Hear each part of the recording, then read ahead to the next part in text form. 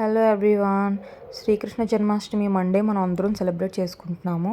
So కాబట్టి నేను కృష్ణుడికి నివేదించడానికి వెన్న ప్రిపేర్ చేద్దామని ఈరోజే స్టార్ట్ చేశాను. సో ఇదంతా ఆవు పాల మీద వచ్చిన మీగడ. ఇది నేను ఒక 15 డేస్ నుంచి స్టోర్ చేశాను ఫ్రిడ్జ్లో. సో వెన్న తీయడానికి మనం ఇలా ఒక మందపాటి గిన్నెని తీసుకోవాలి. ఆ మందపాటి గిన్నెతో పాటు మనకు ఒక విస్కర్ అయినా ఒక మంచి కవ్వైనా ఉండాలి. సో ఫస్ట్ ఇదంతా మీగడంతా కూడా మనం ఒక గిన్నెలో వేసుకోవాలి. నేనైతే విస్కర్ యూస్ చేస్తాను, ఎందుకంటే అదైనా కొంచెం కంఫర్టబుల్గా ఉంటుంది. అండ్ తర్వాత మనం చేతికి ఏమైనా రింగ్స్ ఉన్నా ఏమున్నా సరే రిమూవ్ చేసుకొని హ్యాండ్స్ కూడా నీట్గా క్లీన్ చేసుకోవాలి.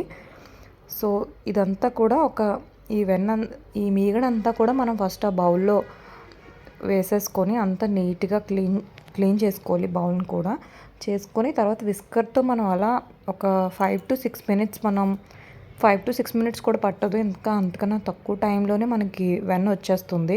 సో చాలామంది మిక్సీ అని ఇవన్నీ వేస్తూ ఉంటారు, but it's a very long process. కానీ నేను చెప్పిన ప్రాసెస్ అయితే జస్ట్ మనకి ఒకే ఒక గిన్నెలో హ్యాండ్స్ కూడా ఎక్కువ పాడవకుండా, ఎక్కువ వెన్న అంటుకోకుండా మన చేతికి కూడా ఈజీగా వెన్న వచ్చేస్తుంది.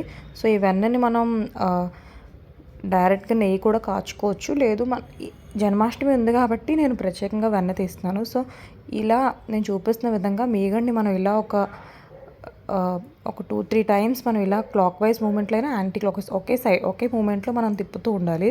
అలా కాసేపు మనం బాగా మిక్స్ చేసిన తర్వాత ఇందులో కొంచెం వాటర్ వేసుకోవాలి. ఇదొక సింపుల్ టిప్. యాక్చువల్గా వాటర్ చలికాలంలో అయితే కొంచెం వేడి నీళ్ళు వేసుకుంటే బేగా వస్తాయి, లైట్గా వేడి నీళ్ళు వేసుకుంటే. ఇది ఎండాకాలం అయితే మనం కొంచెం ఐస్ క్యూబ్స్తో వాటర్ అయినా లేదంటే ఐస్ వాటర్ అయినా వేసుకుంటే ఈజీగా బటర్ వచ్చేస్తుంది. సో ఇలా విస్కర్తో అలా కొంచెం ఎక్కువసేపు అలా అంటూ ఉంటే సో బటర్ సపరేట్ అయిపోతుంది. బటర్ మిల్క్లా కూడా వస్తుంది. ఇప్పుడు మనం వాటర్ వేసాం కదా, సో బటర్ మిల్క్లా వస్తూ ఉంటుంది, పైన తేలుతూ ఉంటుంది. సో మనం చూడొచ్చు బటర్ అప్పుడే సపరేట్ అయిపోతుంది.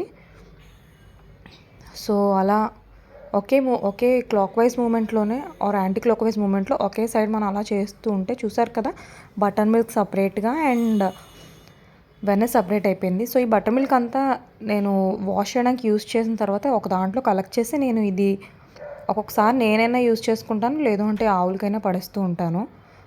సో బటర్ మిల్క్ అనేది సపరేట్ అయిపోతుంది, మీరు చూస్తున్నారు. సో ఇదంతా కూడా వెన్నంతా నేను ఏ బౌల్లోనైతే నేను మీగడ తీసానో అందులో తీస్తాను ఫస్ట్, వాష్ చేసుకోవడానికి ఈజీగా ఉంటుందని.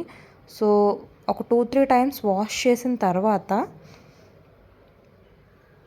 సో చూస్తున్నారు కదా, అంతా ఒక ప్లేస్కి పెట్టుకున్నాను. ఒక రౌండ్ బౌల్లా చేసిన తర్వాత ఒక సపరేట్ బౌల్లోకి మార్చేస్తున్నాను. సో చూసారు కదా, ఇది ఆవు వెన్న కాబట్టి కొంచెం ఎల్లో కలర్లో వచ్చింది.